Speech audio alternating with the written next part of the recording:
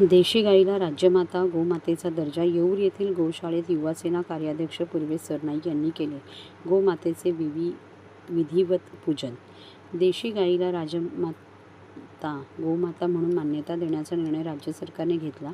या औचित्याने आज येऊर येथील गोशाळेला युवासेना कार्याध्यक्ष पूर्वेश सरनाईक यांनी भेट दिली.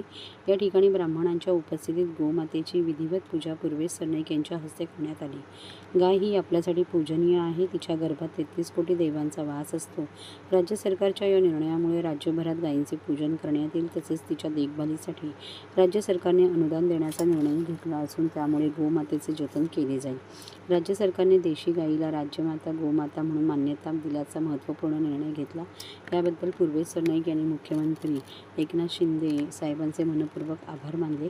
राज्यभरात युवा सैनिक गोशाळांना भेट देऊन ते गोमातेचे पूजन करतील. तसेच या शासन निर्णयाची प्रत गोशाळांना देण्यात येईल. युवा सेनेच्या माध्यमातून या शासन निर्णयाची जनजागृती राज्यभरात करण्यात येईल अशी माहिती पूर्वेश सरनाईक यांनी दिली. यावेळी युवासेना ठाणे लोकसभा अध्यक्ष विराज निकम व नितीन लांडगे, युवासेना पालघर निरीक्षक सिद्धार्थ पांडे, ठाणे जिल्हा सचिव अभिषेक शिंदे, जिल्हा समन्वयक अर्जुन डाबी, विधानसभा निरीक्षक किरण जाधव, ओवळा माजिवडा विधानसभा अध्यक्ष देवेंद्र साळवी, युवासेना ठाणे विधानसभा अध्यक्ष जितेश गुप्ता, विधानसभा उपाध्यक्ष विवेक भोईर, अशफाक शेख, अमित यादव, राकेश जयस्वाल, युवा सेनेचे प्रतीक भालेराव, साई ढवळे, सागर राजपूत, संदीप तिवारी, सोहम सुर्वे, सुजय पाटील, आदेश वाघमारे, युवती सेना कोर कमिटी सदस्य पूजा लोंढे यांच्यासह युवासेना पदाधिकारी व युवा सैनिक मोठ्या संख्येने उपस्थित होते.